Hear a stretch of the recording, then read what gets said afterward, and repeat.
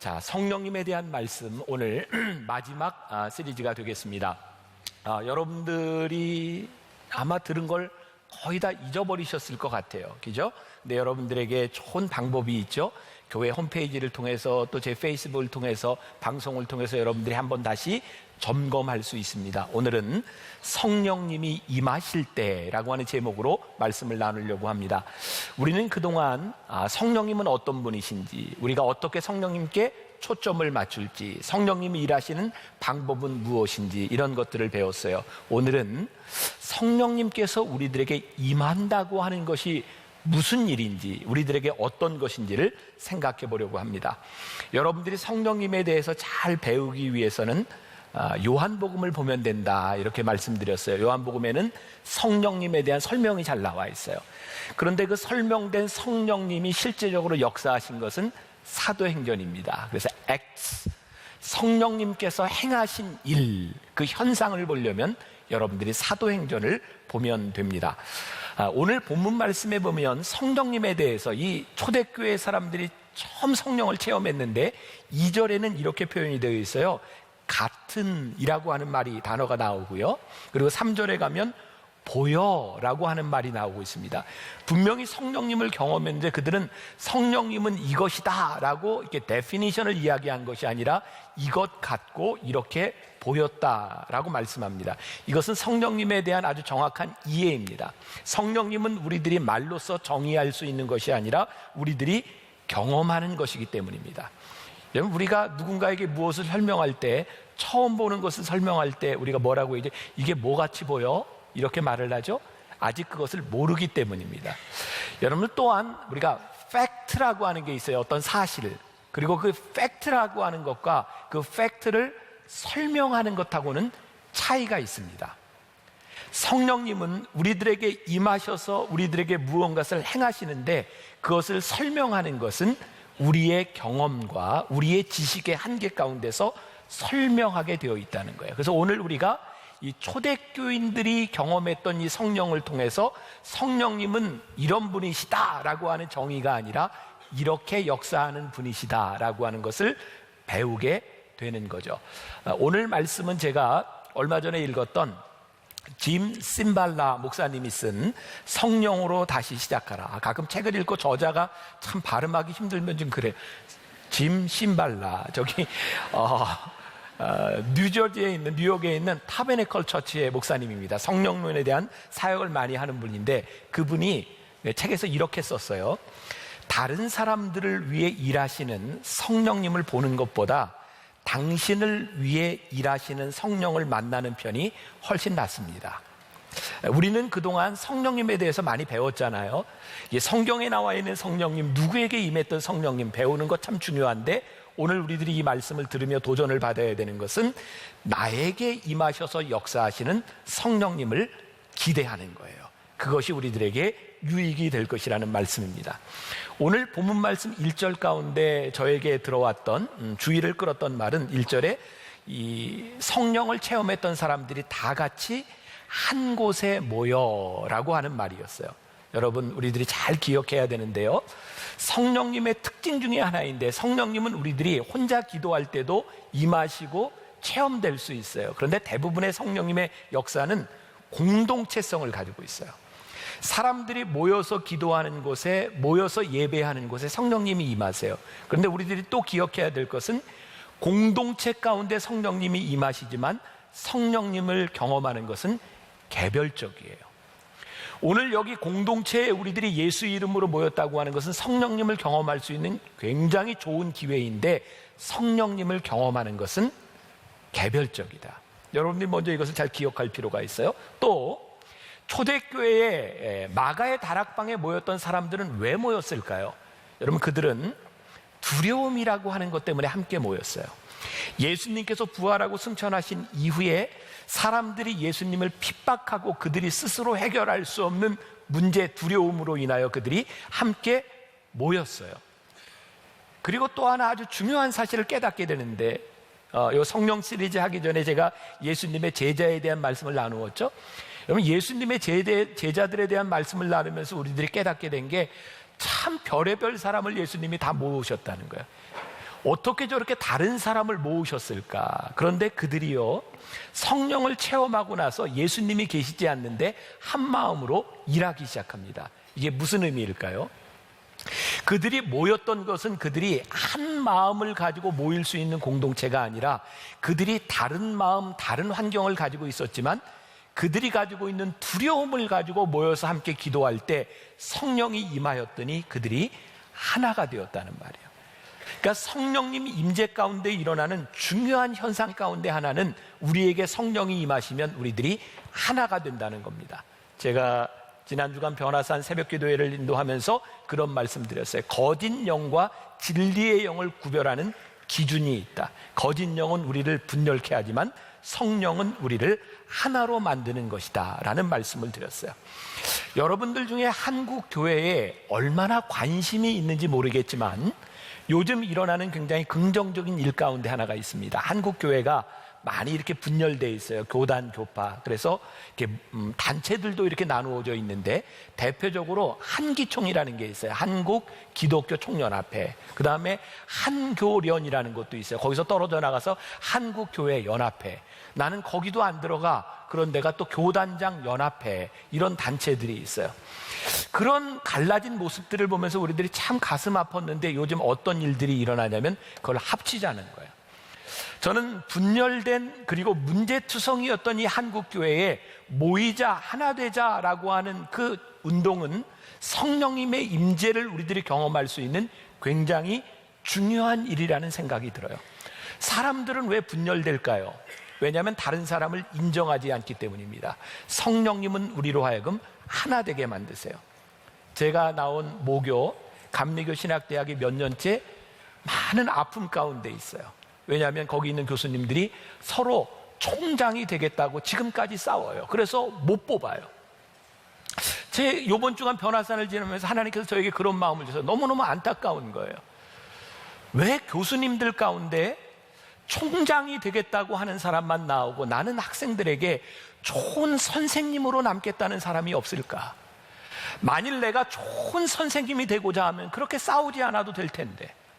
한국 교회의 지난 세기 동안 일어났던 많은 분열의 원인들 가운데 하나는 어떤 단체가 생기면 거기에 장이 되겠다고 싸우는 사람들이에요. 왜 한국 교회 목회자들은 내가 어떤 단체의 장이 되기를 원하지만 더 중요한 나는 교인들을 위한 좋은 목회자가 되겠다고 하는 마음들을 품지 못할까? 우리나라 이 정치를 바라보며 참 안타까운 것 중에 하나가 대통령이 되겠다고 애쓰는 사람들은 참 많은데 나는 정말 좋은 지도자가 되겠다고 하는 사람, 그 명예가 없어도 좋은 지도자가 되겠다고 하는 사람이 왜 없을까?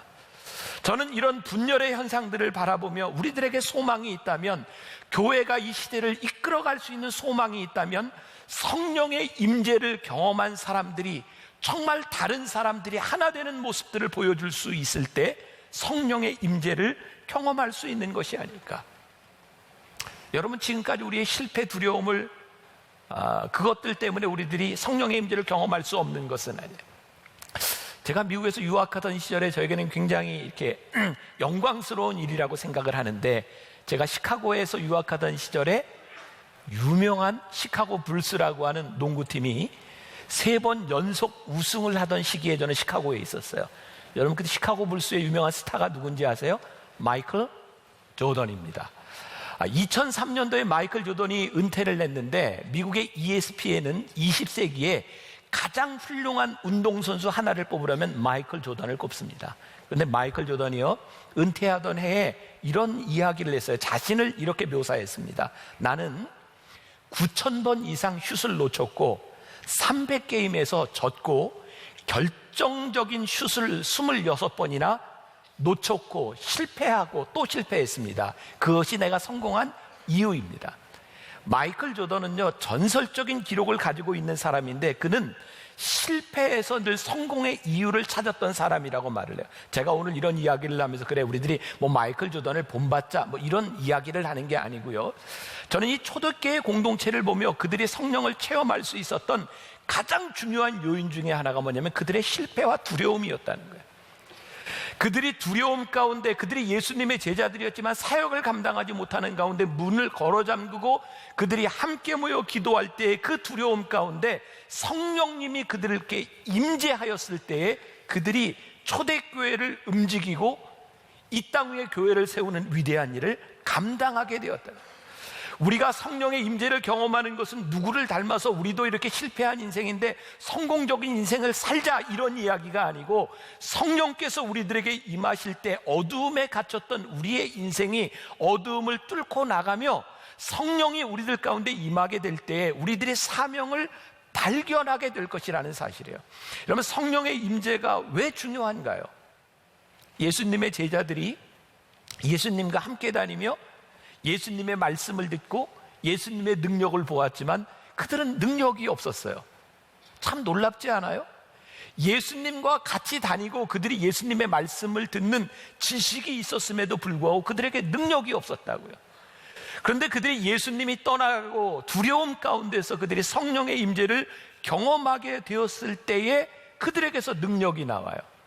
그래서 예수님께서 부활 승천하실 때 사도행전 1장 8절에서 이렇게 제자들에게 말씀하시죠. 오직 성령이 너희에게 임하시면 어떻게 너희가 뭐를 받아요? 권능을 받고 예루살렘과 온 유대와 사마리아와 땅끝까지 이르러 내 증인이 되리라 하시니라. 성령의 임재는요, 우리들에게 능력이라는 것을 깨닫게 해요. 능력, 많이 들어보셨을 거예요. 헬라어로 두나미스라고 하는 말은 우리가 잘 아는 다이나마이트라고 하는 말의 어원입니다. 성령이 우리들에게 임하시면 능력이 나타납니다. 예수님에 대한 지식을 알고 있기 때문이 아니라 성령의 임재 가운데서 우리의 사역이 능력을 나타나게 되어 있어요. 여러분들, 2000년 교회 역사를 통해 보면 교회의 문제와 타락 늘 있어 왔어요. 그런데 성령이 역사하던 교회나 성령의 임재가 떠나간 교회나 동일하게 예배가 있었어요.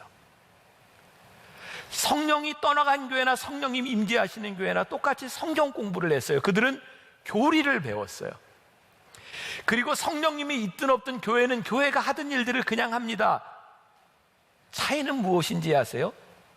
능력이 나타나지 않는다는 거예요. 오늘날 성령이 떠나간 교회의 건물들이 있습니다. 그런데 불행하게도 그것은 건물입니다. 교회가 아닙니다. 왜냐하면 죽은 교회이기 때문입니다. 성령님의 역사가 나타나지 않기 때문입니다. 그래서 우리가 제일 두려워해야 되는 것은 뭐냐면 성령님이 떠나간 교회예요. 이번 변화산 일주일을 지나면서 하나님께서 저에게 주신 정말 강력한 마음이었어요. 정말 부끄러워요. 창피해요. 요 근래 또 유명한 기독교 지도자들을 통해서 성추행에 대한 사건들이 터졌어요. 세상 사람들이 이렇게 자조적으로 이야기를 해요. 이제 교회 앞에 19금이라고 써야 되겠다는 거예요. 성적인 추행들이 일어나고 있다는 거예요. 왜 이런 일들이 일어날까? 저는 이런 일들을 교회에서 언급하는 것을 두려워했어요. 제가 아직 그런 일을 저지르지 않았다고 하는 것만으로 그렇게 쉽게 이야기할 수 없는 일이에요. 왜? 저도 약한 존재이기 때문에, 인간 중에 누구도 넘어질 수밖에 없는 존재이기 때문에 그렇게 누구를 정죄할까, 그게 두려웠어요. 그런데 일주일 동안 하나님께서 저에게 주신 생각이 뭐냐면 두려워하지 말라는 거예요. 말씀해야 된다는 거예요. 선포해야 된다는 거예요. 성령님이 임재하시는 교회에 대한 특징이, 성령님 임재하시는 교회의 모습이 나타나지 않으면 이 교회가 건물로밖에 남을 수 없기 때문에 성령님의 임재를 우리들이 선포해야 된다는 거예요. 여러분, 교회 안에 요즘 일어나고 있는 성령님이 떠나간 교회의 특징이 뭐예요? 성적인 타락이에요. 돈에 넘어지는 거예요. 돈과 섹스, 이 두 가지 문제는요, 성령님이 교회에 떠났다고 하는 명확한 증거이기도 함과 동시에 오늘 우리들에게 주시는 도전이에요. 하나님, 우리 교회가, 하나님 이 땅 위에 세우신 만나 교회와 우리 성도들이 하나님 앞에 성령의 임재함 가운데 거룩함을 회복하게 하여 주옵시고 교회의 능력, 두나미스를 회복하게 하여 주옵소서. 우리가 기도해야 되는 이유예요. 오늘 본문 말씀 2절에 보니까 성령님께서 오셨는데 어떻게 오셨냐면 이렇게 표현이 되어 있어요. 호련히 오셨다. NIV 성경에 보면 suddenly라고 하는 표현으로 되어 있고요. 유진 피터슨의 메시지 성경에 보면 without warning이라고 되어 있어요. 예고 없이 오셨다는 거예요. 여러분들 한번 생각해 보세요. 성령님이 예고 없이 오셨다고 하는 말의 의미는 무엇일까요? 성령님이 계획이 없이 오셨다 이런 말일까요? 우리들에게는 호련히 오셨지만 성령님은 우리들에게 계획하고 계셨다는 거예요. 성령님의 임재를 경험하는 우리들은요, 하나님의 계획 속에 우리의 인생이, 우리의 사역이 들어가는 거예요. 그래서 성령의 임재가 중요한 거예요. 여러분, 성령님의 임재를, 성령님의 도움을 받지 않고 우리들이 성경을 배우는 것이 얼마나 위험한 일인지 아세요? 우리는 지금까지 신앙생활하면서 성경에 대한 많은 지식을 알고 있는 사람들 때문에 상처를 참 많이 받잖아요. 그리고 성경 공부를 많이 하면 할 수 있도록 완고해지는 사람들을 우리들이 많이 경험하잖아요. 왜 그럴까요? 제가 늘 하는 이야기인데요, 우리들의 신앙은 연수에 있는 것이 아니고 성경을 배우는 것에 있는 것이 아니라 그 성경을 깨닫게 하시는 성령님의 능력, 우리들에게 약속하셨던 것처럼 성령이 우리들에게 오시면 우리들의 길을 인도하시고 지혜의 성령, 보혜사 성령님께서 우리를 도우신다는 성령님의 인도하심을 받지 못하면 우리들이 배우는 지식으로 인하여 우리들이 얼마나 완고해지고 잘못될 수 있는가, 너무너무 무서운 일이에요. 역사를 보세요. 한 가지 예를 든다면 미국에 있었던 남북전쟁, 남과 북이 뭐 때문에 싸웠죠? 노예제도 때문에. 북쪽에서는 노예제도를 좀 폐지하자, 남쪽에서는 노예제도를 유지하자. 그런데 그 당시에 가장 뜨거웠던 교회가 남쪽이었을까요? 북쪽이었을까요? 남쪽에 있었던 사람들이요, 노예제도를 유지해야 되는 정당성, 하나님의 섭리를 이야기하며 뜨겁게 설교했어요. 어떻게 그런 일이 일어날 수 있을까요? 하나님을 믿는 사람들이 성경을 가지고 들어가는 것에 총칼을 가지고 들어가서 사람들을 죽이며 복음을 믿으라고 했던 그런 일들이 어떻게 일어날 수 있을까요? 성경에 대한 지식을 성령의 도움이 없이 바라보면 자기 중심적으로 해석할 수밖에 없는 일들. 여러분, 예수님이 이 땅 위에서 놀랍게 사역을 하실 때 성경을 가장 많이 알고 있었던 바리새인들과 사두개인들이 뭐라고 얘기하는지 아세요? 메시아인 예수님을 바라보며 나사렛에서 무슨 선한 것이 날 수 있겠느냐, 그들이 생각할 때는 나사렛에서는 일어날 수 없는 일이다. 하나님이 일하시는데도 그들이 그것이 용납이 되지 않는 거예요. 예수님께서 활동하시던 그 배경이 되었던 것은 갈릴리 지역입니다. 여러분, 이스라엘은 북쪽과 남쪽으로 나누어지는데요, 북쪽 지역이 갈릴리 지역이에요.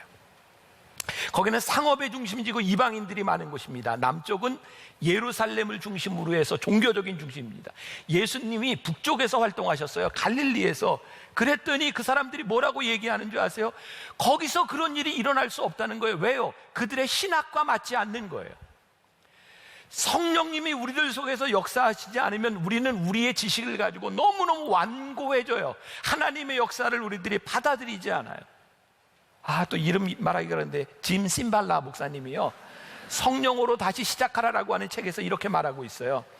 성경 말씀의 의미를 이해하는데 성령의 도움을 받지 않으면 하나님의 거룩한 말씀에서 내 편견만 확인할 뿐이다.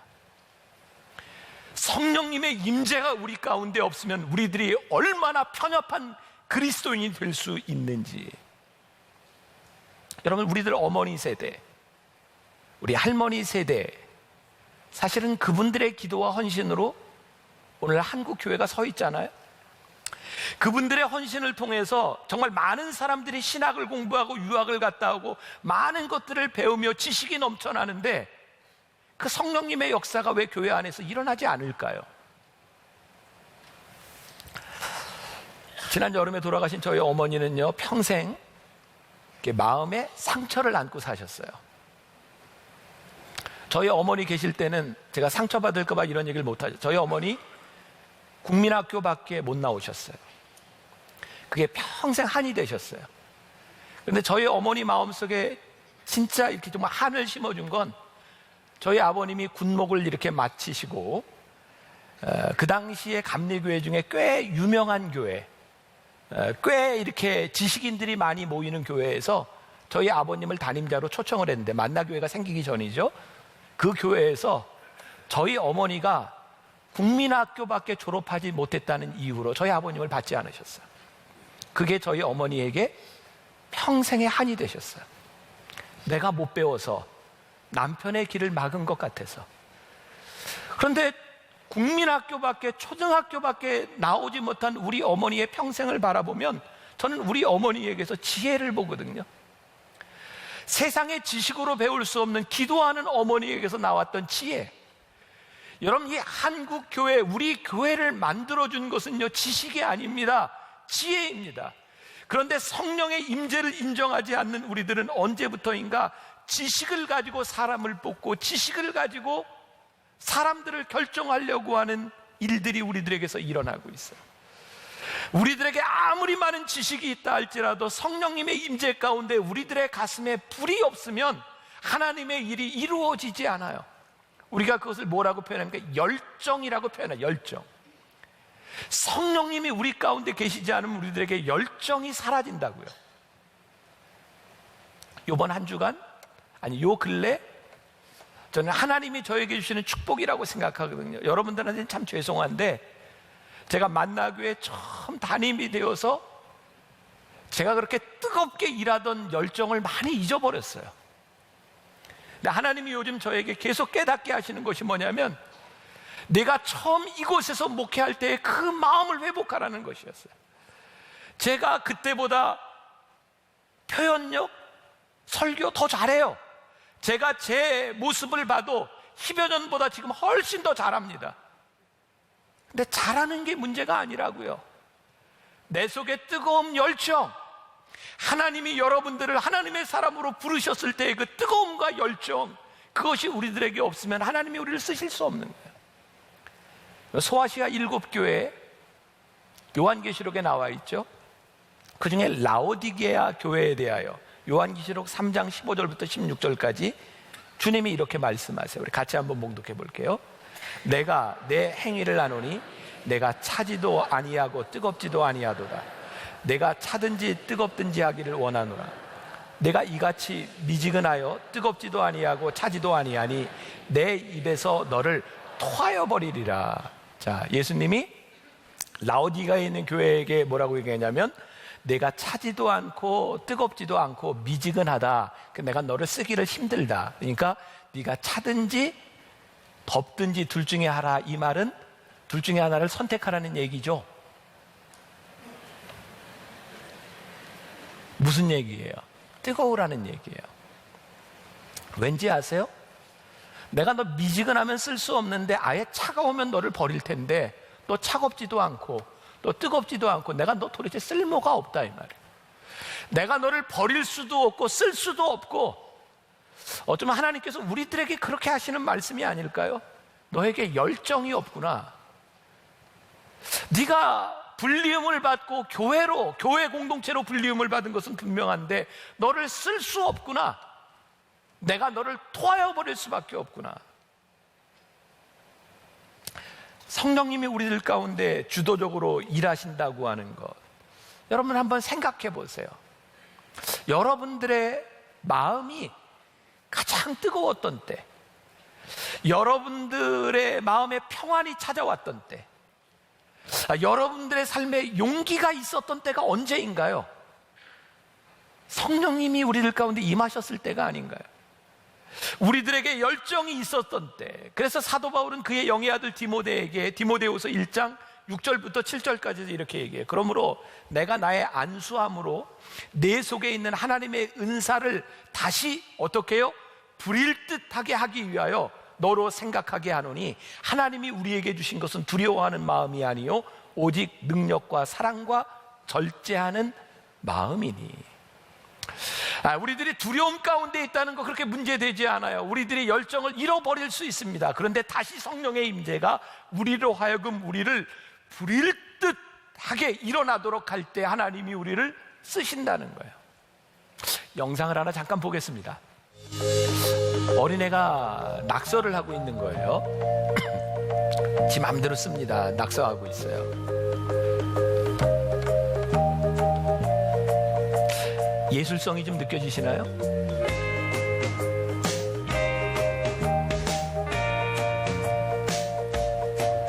아이의 어머니가 아이의 낙서 위에 그림을 그리기 시작합니다.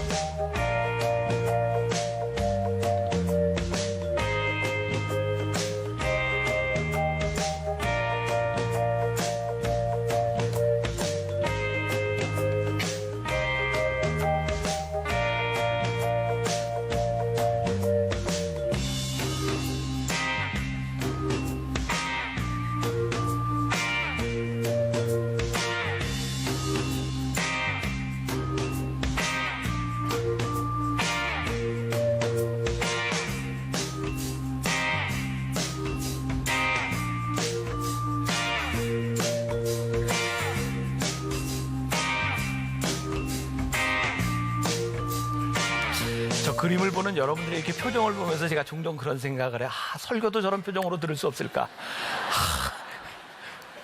정말 집중해서 이렇게 잘 보세요. 자, 여러분들에게 한번 물어봅시다. 저 아이의 낙서가 예술적이어서 저런 그림이 그려졌나요? 어머니의 예술성이 저 그림을 예술적으로 만들었나요? 네, 어머니의 예술성이죠.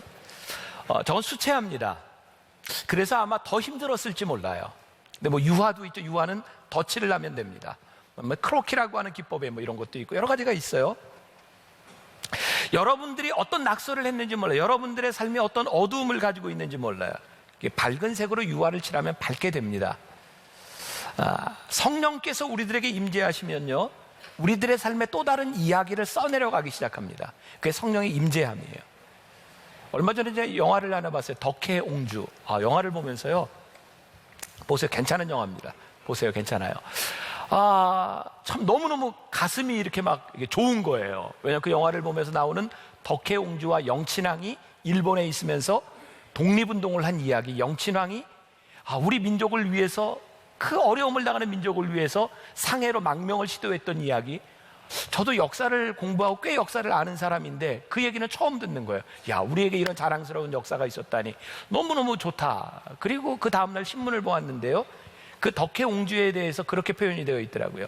영친왕이 일본에 있으면서 상해로 망명을 시도했다거나 덕혜옹주가 독립운동을 했다는 근거는 하나도 없대요. 그러면서 그 영화를 팩션이라고 표현을 했대요. 팩션이라고 하는 것은 팩트 플러스 픽션, 가상의 이야기. 그 있었던 일인데 가상의 이야기를 겹쳐서 그 이야기를 만들었다는 거예요. 덕혜옹주는 사실이 아니라 그 이야기를 만들어 간 거예요. 제가 이제 말씀을 준비하는 연속선상에서 이 그림을 보며 덕혜옹주 이야기를 보면서 저에겐 그런 생각이 들었어요. 하나님이 우리들에게 만들어 가시는 이야기는 우리들의 삶에 있는 팩트에 근거하지 않는다는 거예요. 우리들이 살아왔던 과거의 어두움과 우리들의 능력 없음에 근거하지 않는다는 거예요. 성령이 우리들에게 임재하시는 것은 성령님이 우리들의 삶에서 새로운 역사를 써내려 가시는 거예요. 그래서 성령의 역사는, 성령의 임재는 우리의 가슴을 뜨겁게 합니다. 왜? 성령님께서 우리의 열정을 가지고 써내려 가실 이야기를 기대하기 때문이에요.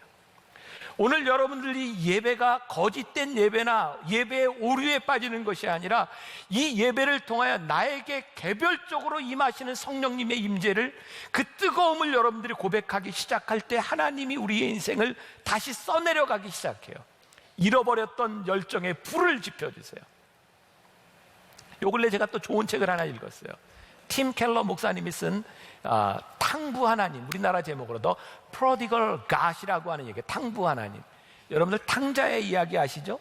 이게 프로디걸 선입니다. 이 프로디걸이라고 하는 말은 무슨 뜻이냐면 낭비하는, 허비하는.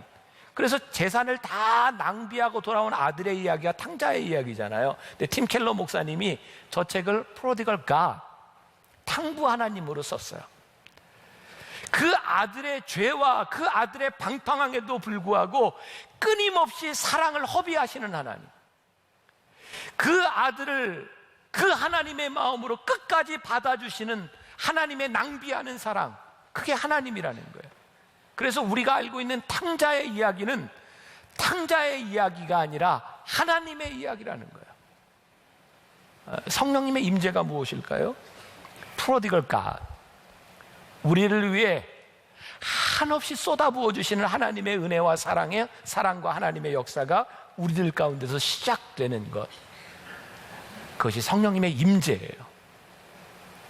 예수님의 제자들이 두려움 가운데서 성령님의 임재를 경험했듯이 어쩌면 여기 있는 사람의 인생의 끝에서 우리의 두려움 가운데서 우리는 성령님의 임재를 경험하고 성령님의 임재 가운데 뜨거움으로 우리의 삶을 고백할 수 있어요. 오늘 성령님에 대한 이야기 이제 마무리를 짓습니다. 우리가 알고 있는 성령님 그 모든 지식이 아니라 여러분들 가운데 그 뜨거움이 여러분들의 삶을 움직여갈 수 있기를 주님의 이름으로 간절히 축원합니다.